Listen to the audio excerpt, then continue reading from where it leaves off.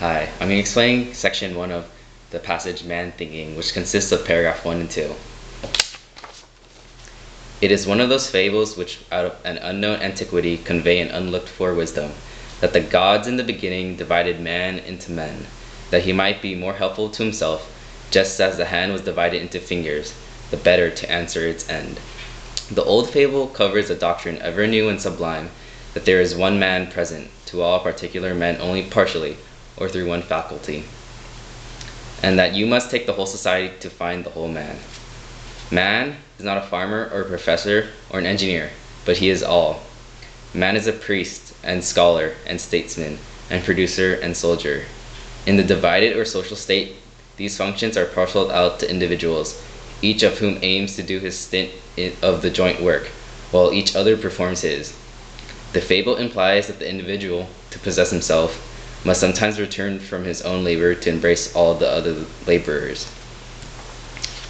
Okay, so this passage, this section means that so there's a fable, which is a story, and it states that all the gods, they created a single man, and he is ideally perfect.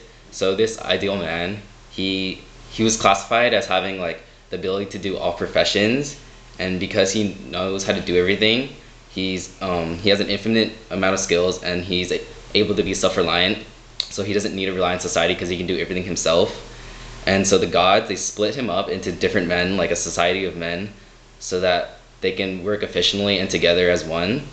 But however, in the society, each man, he's so caught up in his own work, and he's focused on his sole job, that he forgets to do his purpose in life, and it's actually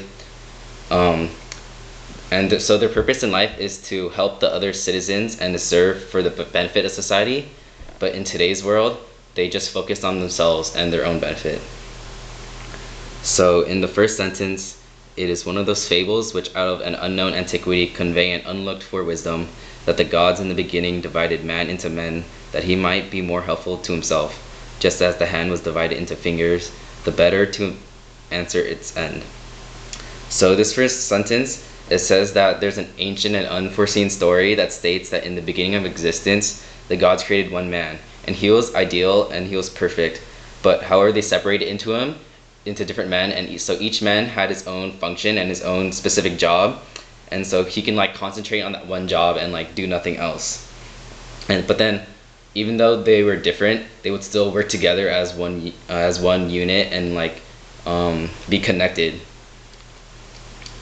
And so the gods thought that this would be functional and better, because just as in the hand, so each finger has a different purpose. Like the thumb helps us pick things up, and the index finger, it's like meant for pointing.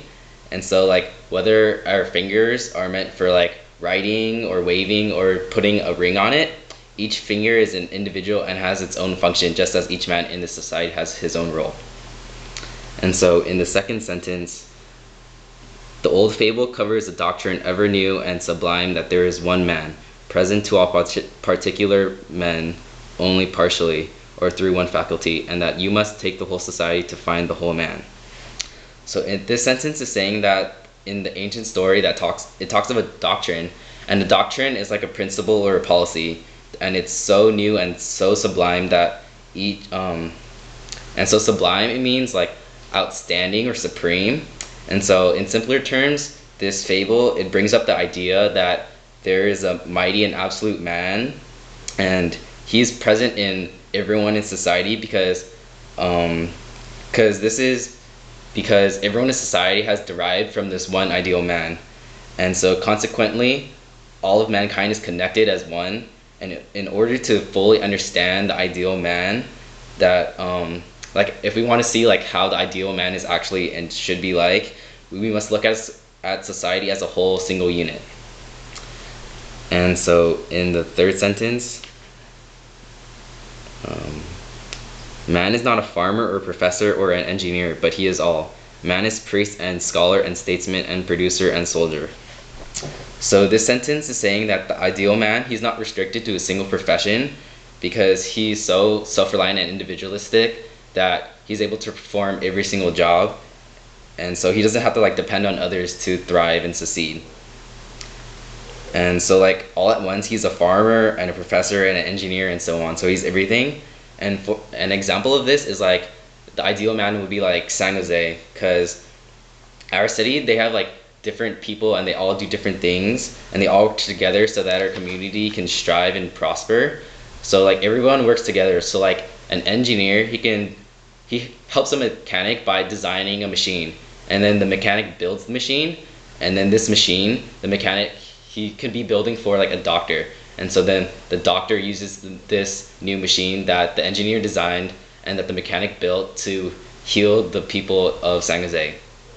And so like even though they all specialize in their own line of work and they all do their own thing, they're all connected in a way so that they can be united as citizens of San Jose. And in the fourth sentence, in the divided or social state, these functions are parceled out to individuals, each of whom aims to do his stint of the joint work, while each other performs his. So this sentence, it states that in the world where the jobs and occupations of an ideal man were parceled out, and parceled out means like they were spread out and distributed among the different individuals, each of these individuals gained the perspective that their purpose in life was just to so they can do their own thing, but their purpose is actually to like, even though they're doing their own jobs and specializing in their own function, they are still part of society and everyone unites as one. And so like they concentrate on doing their best to contribute towards the rest of his peers and the rest of society. So in the previous example, just as each man in San Jose did his own job, he still was able to aid everyone else of San Jose. And so in the last sentence, the fable implies that the individual, to possess himself, must sometimes return from his own labor to embrace all the other laborers. So lastly, in this sentence, it's saying that in the fable, like in the story, it's implied that if an individual truly wanted to possess or understand himself, he must first take a break from his job, because his job, it's consuming his life, because that's all he can do. Like he's just focused on doing his one thing. That's his only occupation, because he was spread out, and so like each man has only one job. And so in order to like possess himself and find himself, he must take a break from this one job and respect others, and he has to see their importance in life before he sees his own importance. So he has to realize that everyone is beneficial to the community, and he must acknowledge their contributions to society before he can recognize his own purpose of existing. So an example of this is like in companies. So there's like different fields, like one is marketing, one is business, and one is like engineering, like designing. And so the businessmen and the designers, like they might find the marketers as like useless, right? Because like all they do is just sit there in one spot and talk on the phone to people, and that's all they do like the whole day. So they might seem insignificant to others, but then in reality, without the marketers, the company wouldn't be able to succeed, because then the company wouldn't be able to sell anything. So then the business and designing fields, they must first accept the marketers and like see that they do play a big role and they are important in the company before they can realize their own like how they benefit the company too. Because without each one, like if one was missing, then the company wouldn't be able to succeed. And so the tenets of Transcendentalism are self-reliance and individualism. And this is shown in the line, man is not a farmer or a professor or an engineer, but he is all. So this shows self-reliance, because the ideal man, he knows all professions and he knows everything. So he has all these skills and all these attributes, and so he can perform all the tasks by himself without depending on others. So he's self-reliant because he doesn't need anyone else, and he's individualistic because he doesn't depend on a society. And also the tenets unity with nature is present in the line, the fable implies that the individual, to possess himself, must sometimes return from his own labor to embrace all the other laborers. So this last line, it shows that it shows the tenet that states, so it states for one to find his own purpose in society, and so like unity with nature is like finding your purpose in society and like why you exist. So in order to find out that reason, you first must embrace like other people and see their purpose and like how they benefit you before you can realize how you benefit the rest of society.